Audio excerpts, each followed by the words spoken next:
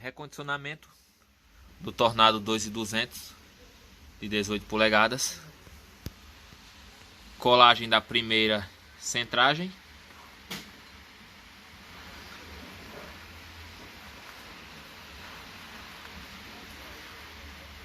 Ainda vem mais uma camada de cola. Felizmente essa cola que se encontra aqui no mercado não é muito resistente. Então será necessário mais uma outra camada de cola. Essa cola que foi colocada, apesar de que no vídeo parece ter uma quantidade maior, ela é bem menor do que aparenta. Pronto, pessoal. A primeira aplicação e a segunda aplicação de cola na primeira bobina já foi concluída. Eu particularmente não sou muito favorável a esse tipo de reparo, mas infelizmente os reparos de alto-falantes estão muito caros. Os preços que são cobrados hoje, infelizmente, é um absurdo. Apesar de que existe uma certa tecnologia no cone, né? Não é um papel qualquer. Você nota que existe fibra, né? Existe fibras no cone. A confecção do cone não é um simples papel. A cola é uma cola mais fina, mais resistente, fazendo com que o cone do alto-falante se torne mais leve e ao mesmo tempo proporcione uma sensibilidade maior ao alto-falante. Mas infelizmente, com o preço que está hoje no mercado, alguns clientes, infelizmente, sim, como eu ia falando, infelizmente, né, a maioria dos clientes eles optam em fazer o reparo mais em conta, né? Comprar a bobina, centragem, o cone, esse tipo de coisa. E não é de menos, né? Não, pra mim, na minha opinião, a bobina como é que tava. Essa é a original, tá? Mas, como eu disse antes, eu sei que existe uma tecnologia aplicada. Quando o cliente chega para mim, eu já de imediato eu indico sem dúvida o reparo original, e até indico que até ele mesmo pode fazer, mas devido ao preço, para a maioria dos clientes está fora de cogitação. Voltando aqui, gostaria de passar uma dica para quem está pensando em fazer o seu próprio alto-falante. Algumas dicas aqui que são bastante importantes. A primeira dica é o seguinte: assim que você remover todo o material estragado, cone, suspensão, bobina, todo o conjunto, tampar esse eixo aqui antes de fazer a limpeza onde fica a centragem do alto-falante e onde é colada a suspensão do cone do alto-falante. Em seguida, uma limpeza dessa parte aqui do eixo na parte interna. Depois deverá ser recortada as centragens que vão ficar coladas na bobina do alto-falante. Depois que você fizer isso, e se seu alto-falante tiver esse elo aqui, você fazer a limpeza dele, que também é bastante importante, você vai centrar a bobina e deixar ela em um modo que fique bem fixa. E em seguida você vai colocar a centragem e fazer a primeira aplicação de cola. Primeiro a cola na parte externa, colocar a centragem. Depois que essa centragem for bem fixada na parte externa da centragem, essa parte aqui, você vem fazendo a aplicação de cola dessa parte aqui. Eu indico fazer a aplicação em duas camadas. Uma pequena, só para fixar a centragem e você poder espalhar bem. Você deve fazer um leve movimento na centragem nesse sentido. Assim que a cola estiver aplicada, para baixo e para cima, mexer ela lentamente, deixar ela na posição natural e aguardar a primeira secagem. Depois você vem com a etapa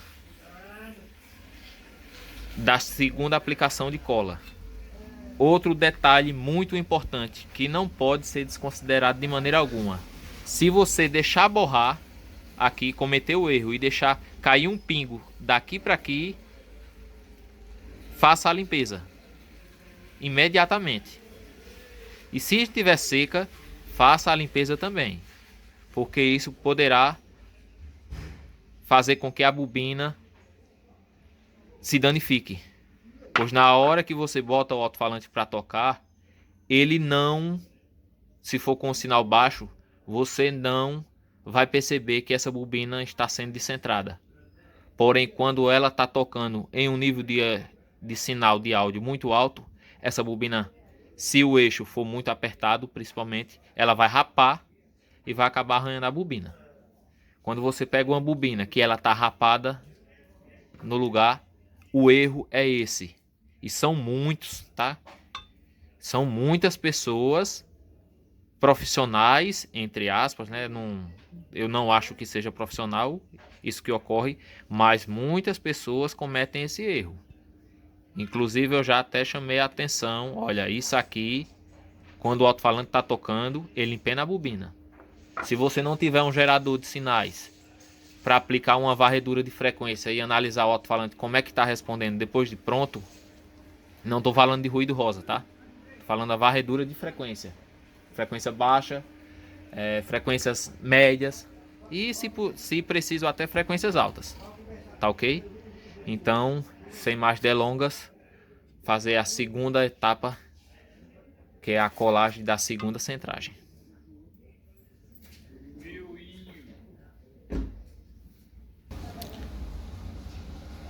Pronto. A colagem da plataforma desse elo que faz com que essa outra centragem plana fique mais elevada já foi concluída. Vamos aguardar a secagem da cola. Observem novamente que a aplicação da cola está completamente por igual.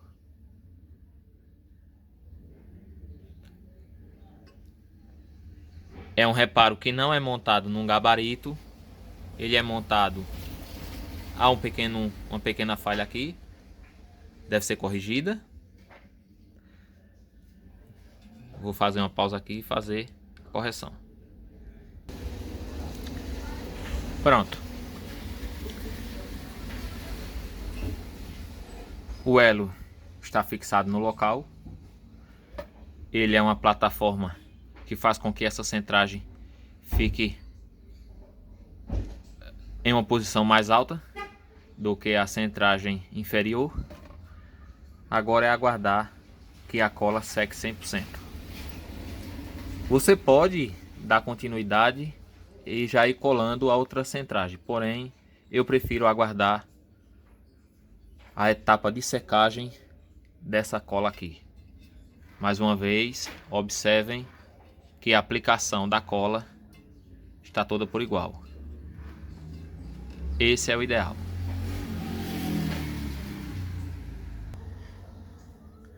Observem que a cola ainda está secando. Eu recomendo vocês fabricarem ou então comprarem alguns grampos, pois na hora que você cola esse elo aqui, ele, por ser de plástico, ele tende, e também por embaixo não ficar 100% uma base uniforme, ele pode vir a levantar, fazendo com que uma parte da centragem fique mais alta do que a outra. Então o ideal é que você use alguns grampos para poder ajudar a fixagem durante o período de secagem desse elo. A vantagem e a desvantagem de usar uma centragem média aqui ou algumas pessoas até usam a centragem alta, dependendo da ocasião. Nesse aqui eu já vi o pessoal usar bastante centragem alta e tirar esse elo aqui. Há a vantagem de ficar mais fácil a fixagem da centragem, porém eu ainda confio mais nesse elo aqui para manter a base uniforme. Pronto, pessoal. Segunda centragem já está no lugar, com a fixagem inicial feita e a segunda colagem concluída também. Agora aguardar secar. Eu quero chamar a atenção mais uma vez em relação à cola. Se você observar o reparo original, essa parte aqui da centragem, mesmo sendo uma cola que o fabricante usa, que é uma cola mais específica, mais resistente, eles usam bastante cola. Então o uso de cola aqui é recomendado uma quantidade menor e uma cola mais rígida. E quanto mais rígida for sua cola, você pode diminuir a quantidade ou deixar a quantidade que o fabricante usa, porque essa parte aqui é a móvel, que é a da bobina. Quanto mais cola você colocar, ou você precisar colocar uma quantidade maior de cola devido à sua cola não ser uma cola muito resistente, isso vai diminuir a resposta do alto-falante, tá ok? Ele vai ficar menos sensível. O peso da bobina influencia, o peso do cone, a resistência mecânica que a centragem vai ter. Porém aqui você precisa colocar uma quantidade de cola considerável, tá? Eu até acho que isso aqui é um exagero, mas eu tento seguir o padrão que o fabricante usa para mim manter uma qualidade melhor e uma durabilidade maior em alto-falante, em algum alto-falante que eu recondiciono. Eu não trabalho diretamente fazendo só alto-falante, tá? Isso aqui é um ou outro que eu pego. Minha área específica é a parte eletrônica, como a maioria já sabe, mas eu gosto de chamar atenção para alguns detalhes na confecção ou no recondicionamento do alto-falante, porque querendo ou não, se uma bobina ficar rapando ou ela entra em curto, ela acaba como consequência queimando o amplificador, queimando a saída do amplificador. Então a quantidade de cola aqui pequena, feito eu já vi em alguns alto-falantes que alguns conhecidos meus fazem, acabam trazendo um certo transtorno tanto para o cliente como para ele, pois o cliente vai ter que voltar de novo com o alto-falante, ou ele vai ter que ir até o cliente fazer a aplicação de cola aqui já com o pano no lugar. Isso acaba não permitindo uma colagem mais bem feita e um acabamento melhor, e ao mesmo tempo fica chato, né? E até perigoso danificar o resto do conjunto todinho devido à economia de cola, tanto nessa parte como nessa outra parte aqui, que é a do cone, tá? Eu falo essa outra parte aqui, tá, pessoal? Essa parte aqui onde fica a suspensão do cone. Essa outra parte aqui, ela deve ser bem colada, tá ok? O foco em economizar cola acaba trazendo transtornos e um retrabalho para você, porque o cliente vai voltar, deveria voltar insatisfeito devido ao serviço mal feito, e ao mesmo tempo pode causar um problema grave aí no sistema, né? Então fica aí a dica. Já imaginou, você coloca pouca cola aqui com foco em economizar e de repente o cliente está usando no meio do evento e esse alto-falante se solta? Fica complicado, né? Seguindo aí com a etapa, agora a colagem da centragem na bobina. A cola, como dito anteriormente, né? Mas eu gosto de lembrar deve ser espalhada por igual, com bastante cuidado, para não deixar resto de cola pegar em outra parte da centragem. E em seguida vem uma cola por cima, agora novamente, e será introduzido o cone em cima dessa outra cola, que vai ser colocada assim que essa cola de baixo secar. Vamos aguardar. A centragem do cone em cima da bobina foi efetuada. Observem o acabamento que ficou nesta bobina. Observem que a cola foi distribuída uniformemente. Essa é a primeira etapa de colagem do cone, tá ok? A próxima etapa da colagem, obviamente, é colocar a cola nessa parte aqui. Esse cone, infelizmente, foi o único que tinha. Ele tem algumas manchas aqui, mas o cliente pediu tanto que eu vou acabar colocando.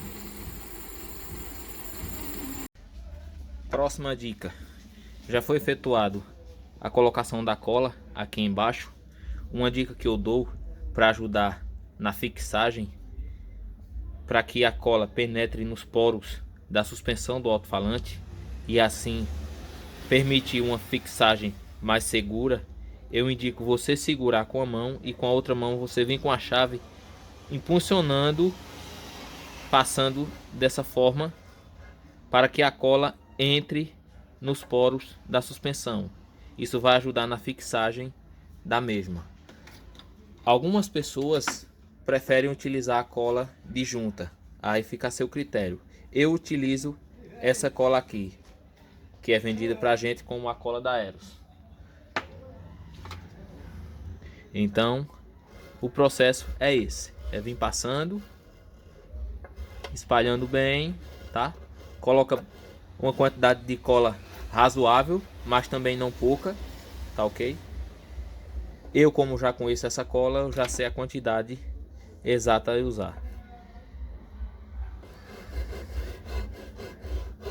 É isso aí. O processo é esse. Não tem muita dificuldade, tá? Depois você vem baixando aqui um pouco. Eu gosto de colocar uma cola, uma quantidade de cola ideal aqui na quina da carcaça do alto-falante, para que ela não fique dependente da colagem daqui. Então eu faço um pequeno fio de cola nessa parte aqui na carcaça quando eu estou espalhando a cola, tá ok? Mas é na mesma hora que eu espalho aqui. Então só é vir fazendo isso aqui. Não tem dificuldade.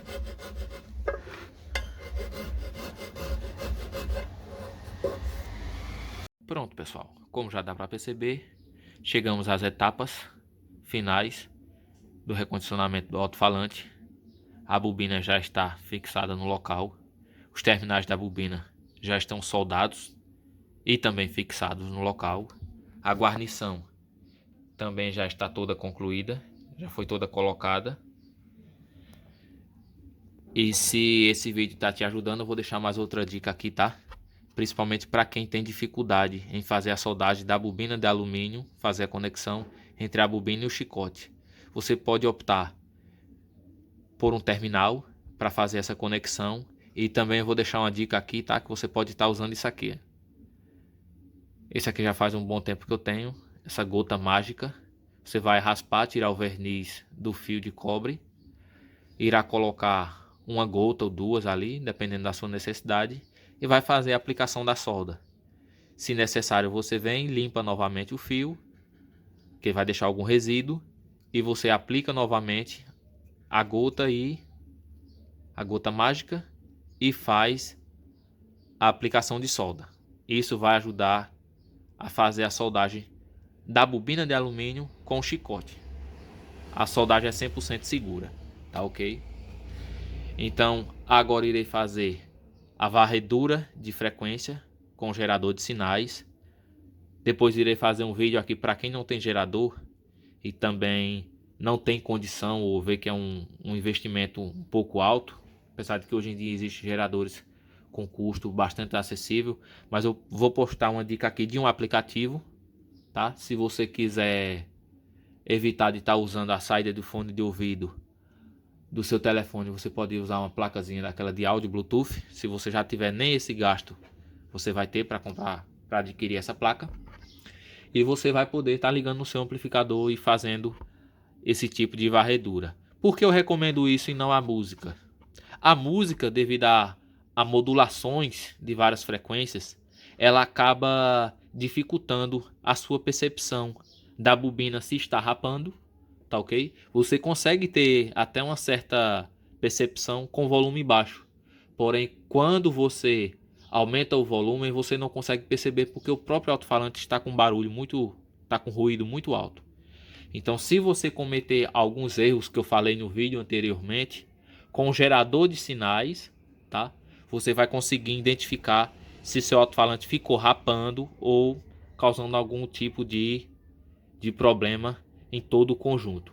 E você também pode até fazer o amaciamento do alto-falante, entregar o alto-falante já amaciado para o cliente, porque como todo material é novo, ele ainda é bastante rígido, então ele precisa ser como qualquer outro alto-falante amaciado. E o pessoal já pega o alto-falante já para tentar tirar tudo que ele não tem, né? Vamos colocar assim. Outra colocação que eu queria falar é sobre bobina reforçada. Alto-falante não é uma área que eu trabalho diretamente, como já dá para perceber no meu canal. A parte que já trabalhei bastante com alto-falante, tá? Mas nunca postei conteúdo, estou postando esse. Mas minha área é mais amplificador, mesa de som, processadores, mix digital, analógico, enfim. O uso da bobina reforçada, na minha opinião, tá ok? E o reparo, por não ser original, ele te traz o benefício da economia, porém ele te traz um prejuízo da perca de eficiência, tá ok? Em alguns casos chega a ser enormes. Se você chega a usar uma bobina reforçada achando que o seu alto-falante vai ter uma potência maior, você só vai adicionar peso ao conjunto móvel. Geralmente a bobina reforçada, como algumas pessoas chamam, ela tem um rolamento de tamanho não adequado para o conjunto magnético e portanto se torna um alto-falante de potência igual ou, na minha opinião, até inferior. Então optem por um produto mais semelhante ao original. Se você tem uma loja que tem uma bobina que é de capto, a outra é de fibra e a original é de fibra, compre fibra. Se você tem uma bobina que o rolamento passa muito além do comum da outra bobina original que você tirou, não compre aquela bobina. Procure outra bobina que a altura, a espessura do fio, a largura, se possível até o peso igual à bobina original. Centragem a mesma coisa, suspensão do cone também. Tudo isso influencia na qualidade do áudio, tá ok? Irei fazer agora a varredura de frequência, vou mostrar para vocês, tá ok? Depois fazer a colagem do contra-poeira, aguardar secar, fazer mais outro teste, fazer um amaciamento e mandar para o cliente, tá ok? Avisar que o cliente já pode vir buscar. Então é isso aí, pessoal. Valeu aí, mais uma vez. Se te ajudou, deixe seu like aí, mande para um amigo. Tem muito detalhe aqui, tá? Que eu vejo amigos meus cometerem erros. Já falei, mas não escutam. Então, se você quer que o seu alto-falante volte, o alto-falante que você recondicionou volte, e na hora que você desmanche ele, a bobina do alto-falante esteja raspada aqui, não é rasgada, que isso aqui já é outro problema, tipo aquele arranhãozinho que fica aqui. Tô falando raspada. Se você prestar atenção nesse vídeo, você vai descobrir porque isso está acontecendo. Tá ok? Vou dar uma pausa aqui. Já eu volto com a próxima etapa.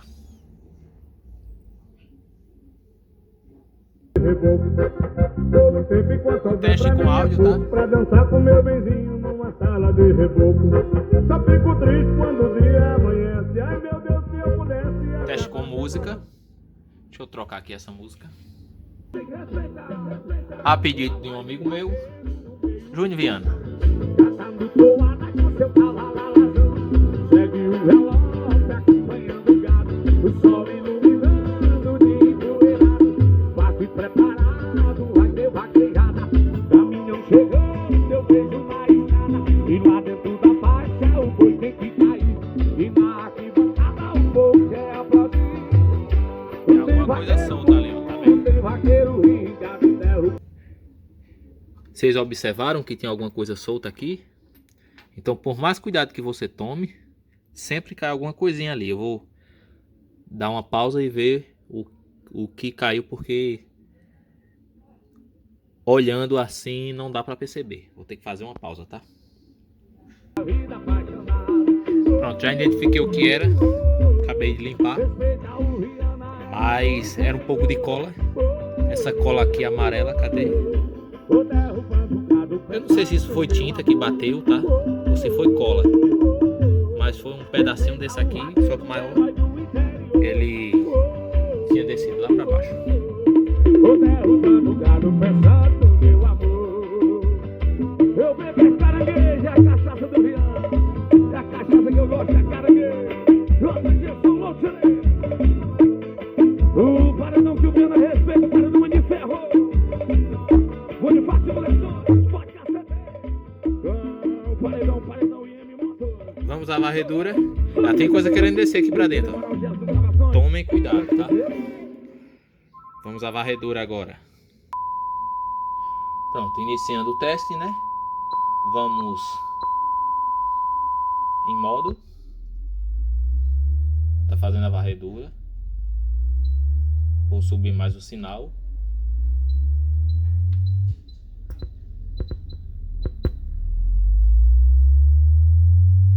Tá vendo que tem coisa que vem descendo e você não percebe?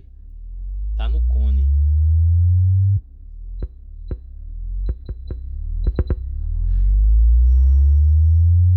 Existe um ruído, tá?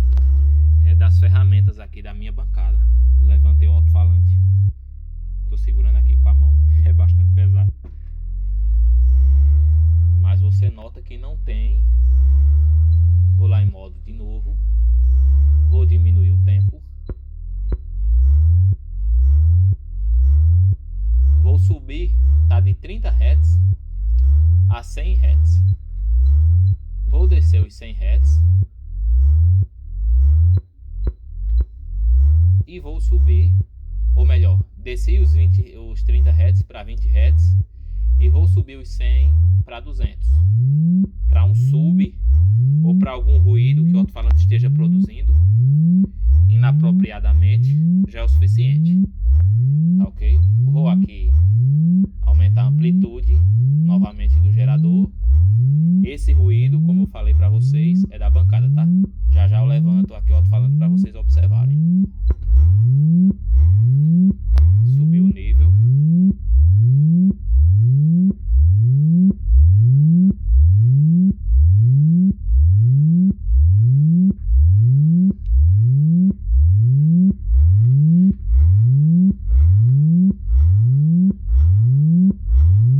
Agora deixa eu tirar esse modo.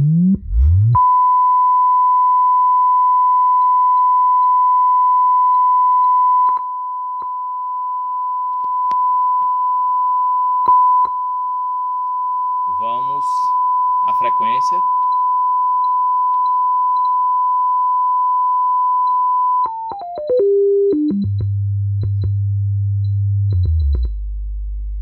Hz, ou melhor, 50, agora 40. Irei aumentar a amplitude do sinal.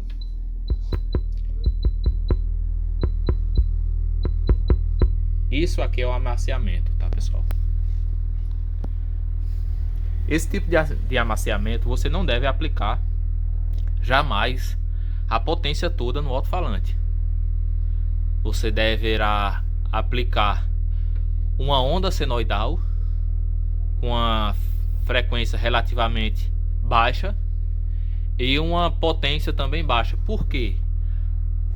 A suspensão e a centragem do alto-falante, ela ainda é muito dura.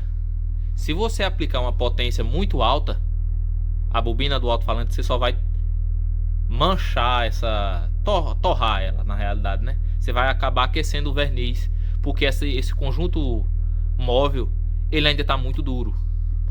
Por isso que quando né, eu opto em recondicionar algum alto-falante, eu presto atenção bastante nesse detalhe, tá ok? Porque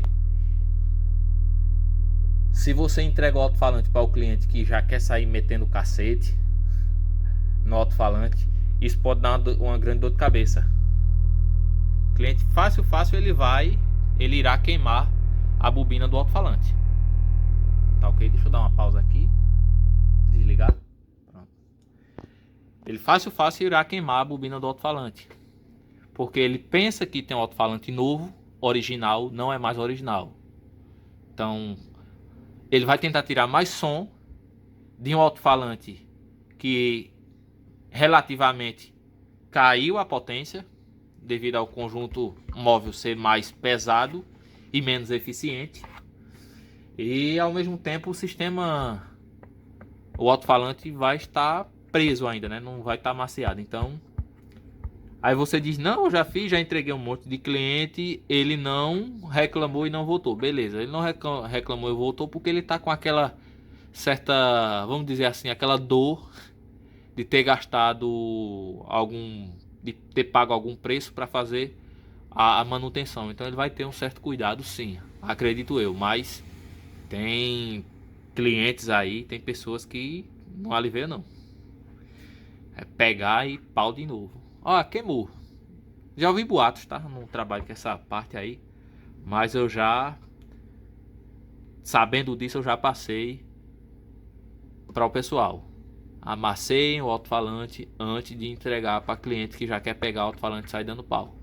Agora que amaciamento, você deve levar em consideração o custo. Você vai estar consumindo energia. Você vai ter que ter uma câmera apropriada para não produzir barulho, ou então deixar o alto-falante lá solto, porque o ruído é muito baixo, com a frequência baixa, e você vai conseguir entregar o alto-falante já amaciado. Mas segue aquele certo conceito, né? Tempo, de certa forma, é dinheiro. Se você vai perder um certo tempo, vai estar consumindo energia, vai estar usando ferramenta, amplificador, então cabe a você decidir ou não cobrar alguma coisa a mais para entregar o alto-falante amaciado. Isso aí vai de cada um. Sobre questão de preço, eu não discuto, porque você dá o preço, o cliente topa ou não pagar. Na questão, isso aqui é hobby, tá? Isso aqui não é necessidade. Questão de alimento, sim, eu concordo com a lei que cobra 30%, né? Você tem que, se você comprou um pacote de alguma coisa para revender, comprou a R$100, o que você pode vender a 130. Essa é a lei. E eu concordo. E você tem que mostrar a nota comprovando que pagou a R$100. Infelizmente não existe fiscalização no Brasil para isso. Agora, sobre luxo, isso aqui, na minha opinião, é luxo, né? Você dá o seu preço. O cliente decide ou não fazer. Se ele não quiser fazer com você, faz com outro. Mas a qualidade do seu serviço você jamais deve mudar, só para agradar o cliente ou fazer um preço melhor para ele. Sempre foque em fazer um serviço com perfeição. Valeu, pessoal. Muito obrigado.